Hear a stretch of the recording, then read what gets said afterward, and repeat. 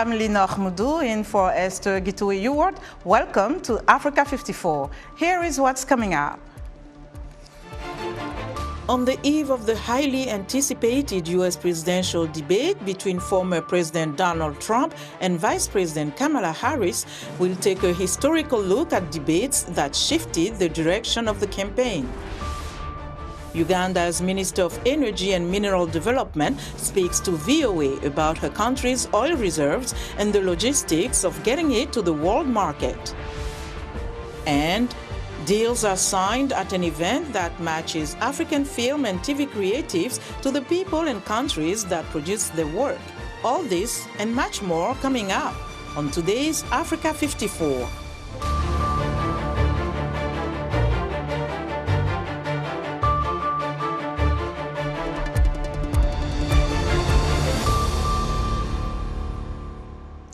As the U.S. presidential candidates, Vice President Kamala Harris and former President Donald Trump gear up for Tuesday night's debate, let's take a historical look at other presidential debates that shifted the direction of the campaign.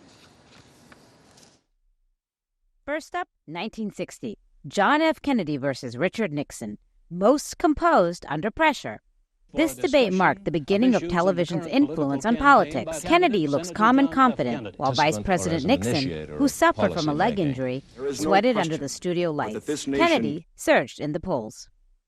Now let's move to 1980, Jimmy Carter versus Ronald Reagan, most effective at turning the tables. There you go again. Reagan's quick-witted comeback to President Carter's criticism showed his charisma and communication skills. This moment is seen as a turning point that helped Reagan win by a landslide. Next stop, the 1988 face-off, George H.W. Bush versus Michael Dukakis, most unemotional response. A question about the death penalty and how Governor Dukakis would respond if his wife were raped and murdered caught him off guard. His dispassionate response was widely criticized and is believed to have seriously hurt his campaign. During the debate in 1992 between Governor Bill Clinton, President George H.W. Bush, and businessman H. Ross Perot, Clinton's empathetic response to a question, in contrast to Bush's glance at his watch, helped solidify Clinton's image as the more relatable candidate. Now let's hit the year 2000. Vice President Al Gore versus Governor George W. Bush, most disruptive sigh. Gore's audible sighs and perceived condescension of Bush didn't do him any favors. Gore's demeanor turned off some voters and impacted the tight election's outcome. In the weeks following the first 2024 debate, Biden, who was considered too old by many voters, made the surprise announcement that he would not seek re-election. These debates demonstrate how a candidate's performance can cause change in public opinion, resulting in make-or-break moments in their campaign. The Israel-Hamas war continues to claim lives as analysts warn that the suffering won't end unless a ceasefire deal is achieved. Although a truce is still elusive, the U.S. has hinted that a more detailed peace proposal will be made in the coming days. VOA's Veronica Balderas Iglesias reports. Security was tight Sunday at the border between the West Bank and Jordan.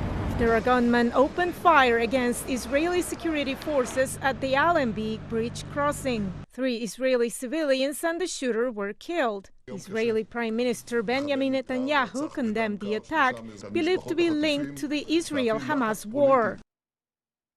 It's a hard day. A despicable terrorist murdered 3 of our citizens in cold blood at the Allenby Bridge.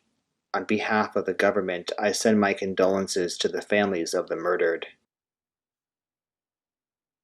Israeli troops continue their operations against Hamas targets in Gaza over the weekend, as Palestinian health authorities reported that at least 40,939 Palestinians have been killed since the war began. Unless a ceasefire deal is reached and implemented, the suffering on both sides is expected to continue, warns Rick Stoll, Professor Emeritus of Political Science at Rice University in Texas. People will still be getting killed.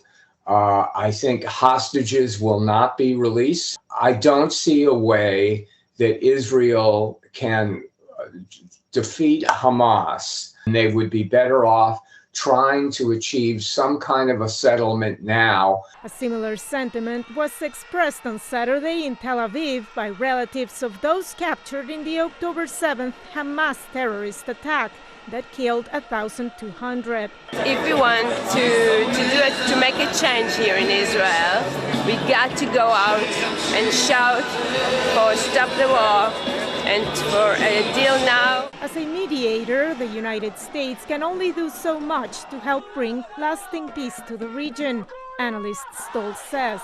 I don't think we have a significant amount of influence over the parties. I think they are doing what they think is best for them. The head of the CIA, William Burns, did announce on Saturday that a more detailed ceasefire proposal will be made in the coming days. Veronica Valderas Iglesias, VOA News. Tanzania's most prominent opposition party, Chadema, says party official Ali Mohamed Kibao, who went missing last week, has been found dead with signs of being beaten and acid poured on his face. President Samia Suluhu Hassan condemned the killing in a statement posted on the social media website X. She says her administration does not condone such acts. Chadema officials say Kibao was forced off a bus at gunpoint on Friday by suspected security agents as he was traveling from Dar es Salaam to the northern port city of Tonga. Russian mercenaries are leaving Burkina Faso and returning home, they say, to battle Ukraine's recent incursion into Russia. The same week, Burkina Faso had one of the deadliest attacks in recent years. Experts say Russian military intervention has had little impact in the Sahel's war against groups linked to Al-Qaeda and the Islamic State group.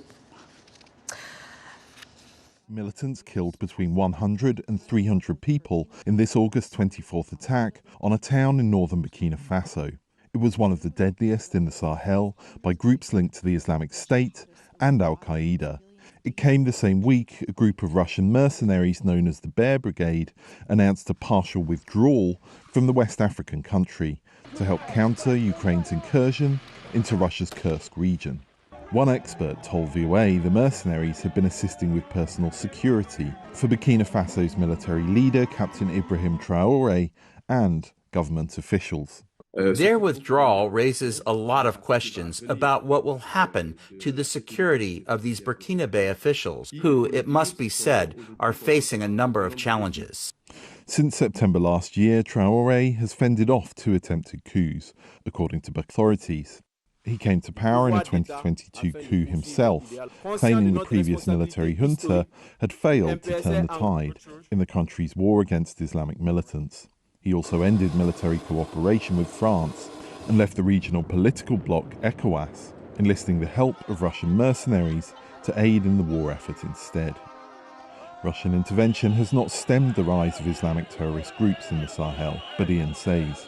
It's true that the situation today continues to be bad, since the Burkinabe army is being pushed out of large swaths of land in many parts of the country with the rise in power of Jnim and ISIS. In recent years, Russia has also sent mercenaries to Mali and Niger. Deaths from conflict have increased by 26% in the 3 countries in the last year.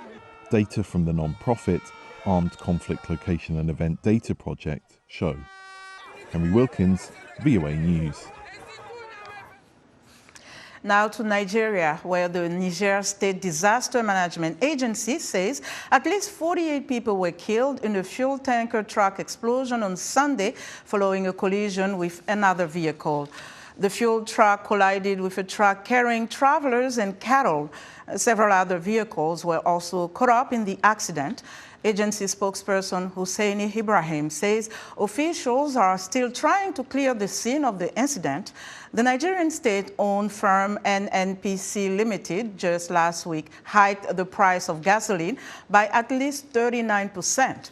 It's the second major increase in more than a year, but fuel shortages continue, forcing motorists to queue for hours in the country's major cities and towns.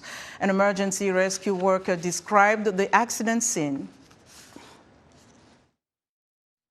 So far, we have been able to recover 47 corpses and we have not actually been able to ascertain the number of livestock that were affected, because the whole scene, many of these animals were trapped inside. So we're still trying to extricate them. With the absence of an efficient railway system to transport cargo, fatal track accidents are common along most of the major roads in Nigeria. Now, Uganda is estimated to have at least 1.4 billion barrels of recoverable oil reserves, and oil production is expected to begin by 2026. The total investment in Uganda's oil fields is estimated to reach $15 billion, with the majority stake held by the French company Total Energies. In a recent interview with VOA's Paul Ndiho, Ruth Sentamu Nonkabewa, Uganda's Minister of Energy and Mineral Development, spoke about oil production. We have two development areas. One is being developed by Total Energies. Another one is being developed by CNOOC. CNOOC is a Chinese company. CNOOC is expected to produce 40,000 barrels of crude oil every day. They have 31 wells, whereas Total is expected to produce 190,000 barrels of crude oil a day, and they have 426 wells. There is oil. We are just waiting for the refinery and the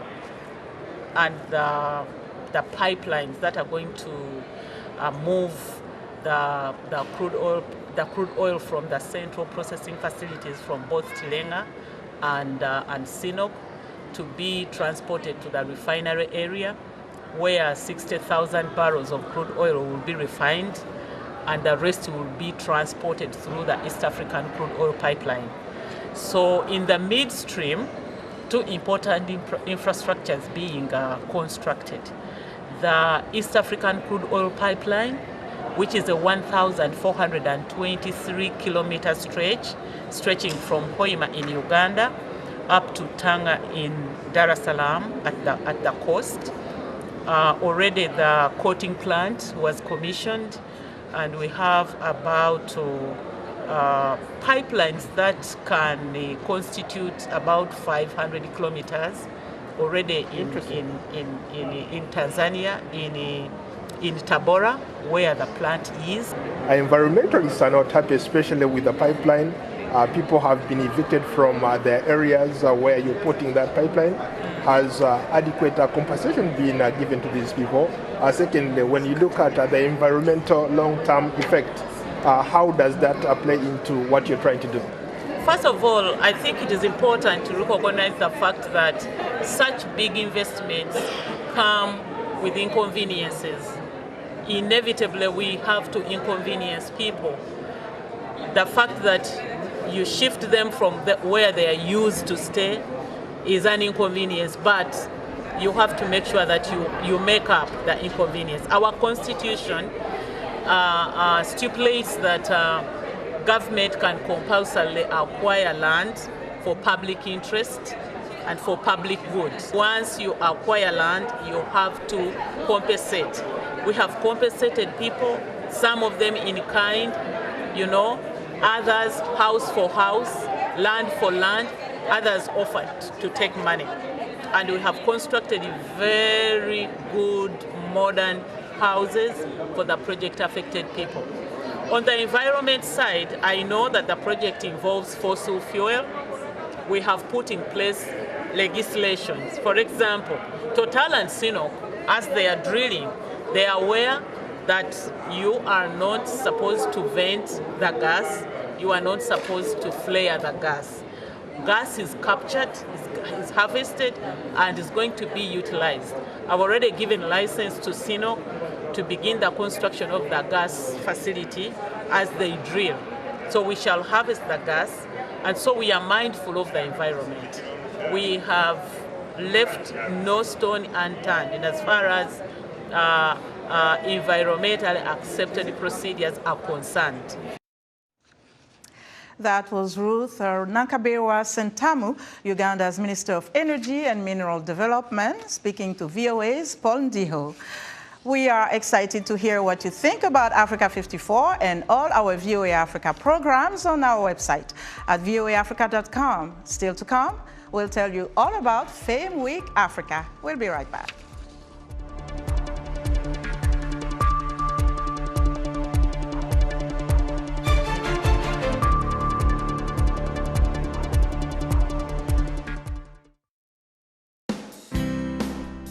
Health, wellness, sport, beauty, medical breakthroughs.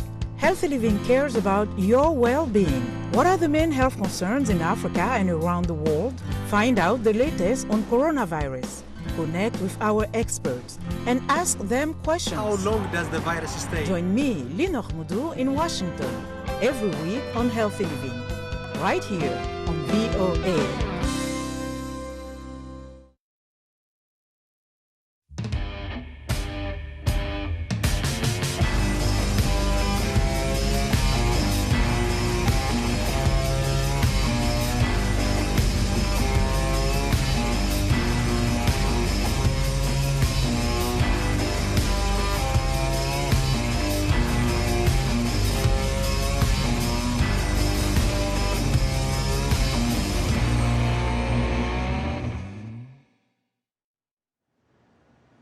In other news, the Kenya Red Cross and police say a fire erupted at the Isolo County Girls High School late Saturday, leaving at least 3 students injured and destroying property.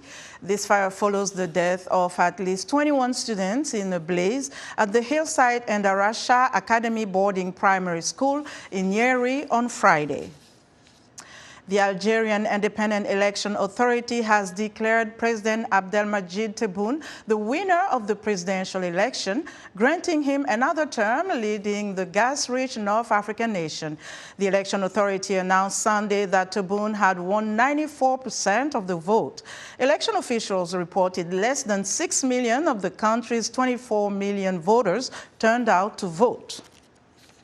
And the Sudanese government is rejecting a call by United Nations experts for the deployment of an independent and impartial force to protect millions of civilians driven from their homes by more than a year of war against the rapid paramilitary forces.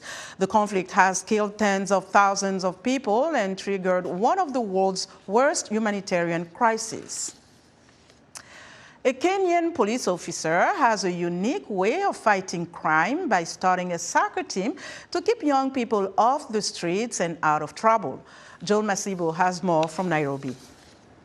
Jama, make sure you're okay. Let's go, let's go. 30-year-old Stephen Ominda has been in the police force for 8 years, 4 of them in Matare Valley, a crime-ridden informal settlement in the Kenyan capital, Nairobi, with a population of about 500,000. The youth here have difficult opportunities. So they are easily drawn into crimes. So I wanted to show them the different way of getting the opportunities, and I chose football because football has been my vehicle. Despite a lack of more recent statistics, security personnel and residents like Austin Otieno say that Ominde's soccer initiative, which kicked off 4 years ago, has impacted youth behavior, crime rates, and incidents of police violence. We've seen a significant drop in crime and police confrontations. The community feels safe and more united. Now I focus on my studies and dream of becoming a professional soccer player. Because of the soccer program, at least 50 former juvenile delinquents are now contributing members of society. Parents like Irene Wakoli say they now have a purpose, self-discipline, and understand the value of teamwork. This program has changed our lives. My son is now a role model in our community. Before, I worried that one day I will lose him in a street fight or a confrontation with the police. All this has changed. ACLED, a non-profit organization tracking global conflict and protest data, found that between July and September 2023, there were 176 fatalities linked to political violence involving the police. The bulk of these incidents occurred in Nairobi County, which saw a significant surge in anti-government protests during this period. That's where Ominde's initiative comes in. Fellow police officers are also inspired to engage with young people through sports. In Kangemi, Another informal settlement in Nairobi. Officers like Johnston Etale started a soccer team in his area of jurisdiction. Ominde says the initiative serves a purpose in the community. The hostility between the police and the youth has caused a lot of tension in the community. Finding creative ways to deal with young people suffering difficult economic conditions is the only way to have peace in the community. For these boys, soccer team is more than just a sport. It's a lifeline.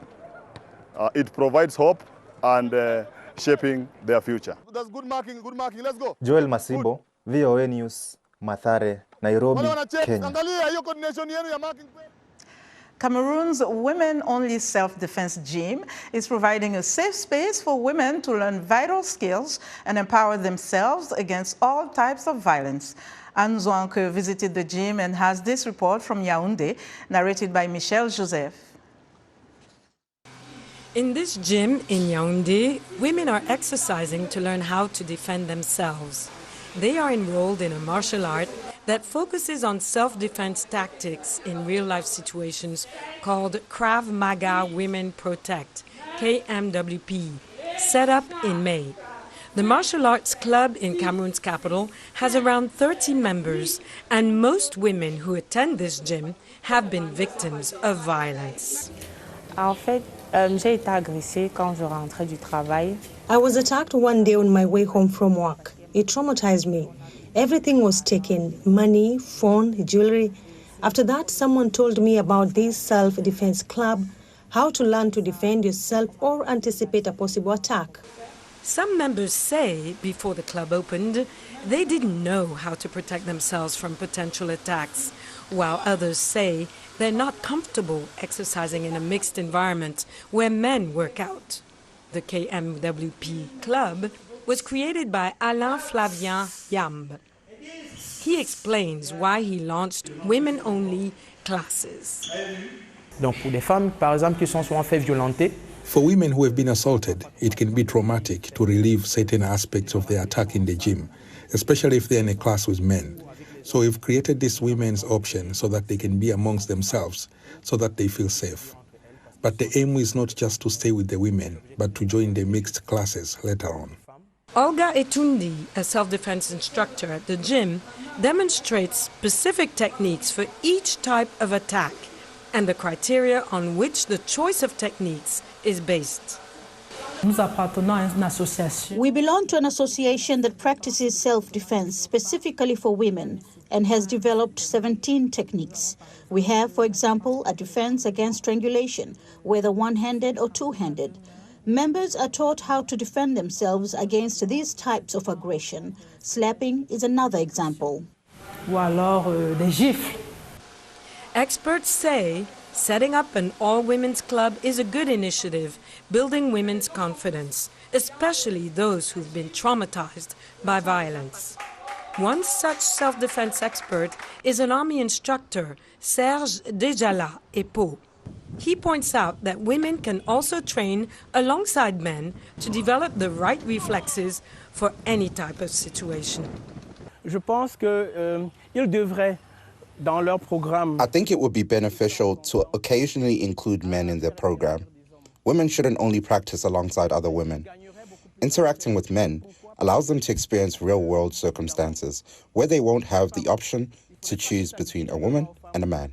Violence against women is the most pervasive human rights violation globally, according to the UN. These Cameroonian women are hoping to change that by learning how to defend themselves against violence, one martial art tactic at a time. Michel Joseph for Anne Zouanke, VOA Africa. Fame Africa, Fame Week Africa, that is the go-to event for African creatives, providing them with a platform to bring their talent, their stories, their culture to the forefront. Industry members and legislators from filmmakers worldwide attended the recent event, part of the larger Fame Week Africa conference for creative professionals. Vicky Stark reports from Cape Town, South Africa.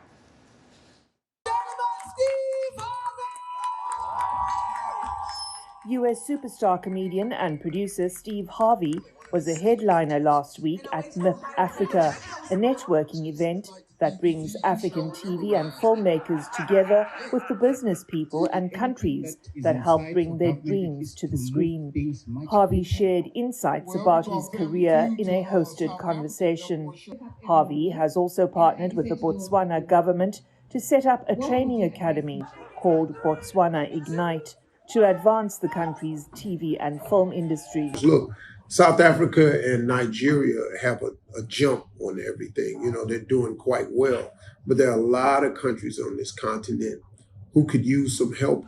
A 2021 UNESCO report found that Africa's film and audiovisual industries employed about 5 million people and accounted for $5 billion in gross domestic product across the continent. The study said the industry could eventually grow to employ 20 million and contribute $20 billion to the GDP. Nigerian-Indian filmmaker Hamisha Daryani Ahuja is one of the creatives making a mark. Her debut film, Namaste Wahala, brings two of the world's movie-producing hotspots, India's Bollywood and Nigeria's Nollywood, together. When it was released on Netflix in 2021, the interracial romantic comedy was ranked number 6 on the platform worldwide. The Nigerian industry is doing fantastic at the moment. I think it's actually following the trajectory of where Bollywood was some years ago. We have similar issues that Mumbai and the Bollywood industry faced, such as internet issues, Wi-Fi, and all of that has changed. Several attendees VOA spoke to said streaming platforms like Netflix and Showmax, which buy work from African creatives, have been a game changer. Lonwabo Mavuso, co-founder and executive director of research company Andani Africa, spoke about transformation on a panel that promoted building ties with Atlanta. The American city boasts a proud history of black entrepreneurship.